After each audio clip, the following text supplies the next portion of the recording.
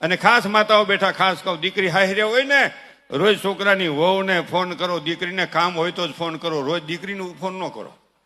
આમાં તો હવે આમાં ફોનમાં શું છે, વિડીયો કોલ ખેંચતો, તમે શું રાંધ્યું છે? હા, તમારે દૂધીનું શાક. અરે પણ એ ભલે ને ઘીહોડાનું કરે, તમારે શું છે ત્યાં? આથે કરીને ફૂલ ગાલો છે એના ઘરમાં.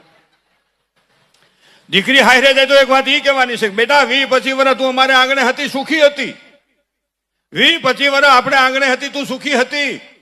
હવે તું તારે ઘેરે જાશો, ઈ પરિવારને સુખી કરવા જાશો, સુખી થવા નથી જાતી, સુખી કરવા જાશો, ઈ પરિવાર સુખી થશે. એમાં તારું સુખ સમાયેલું છે. બેટા આટલું મા તરીકે ને બાપ તરીકે વાત કરવા જરૂર. અને રોજ તમે દીકરીને ફોન કરો, વહુને ફોન ન કરાય. છોકરા બહાર રહેતા હોય, વહુને ફોન કરાય. શું કરો બેટા? મારો બાબો કામે ગયો, તારો બાબો ભણવા ગયો, બેયના બાબા હોય ને,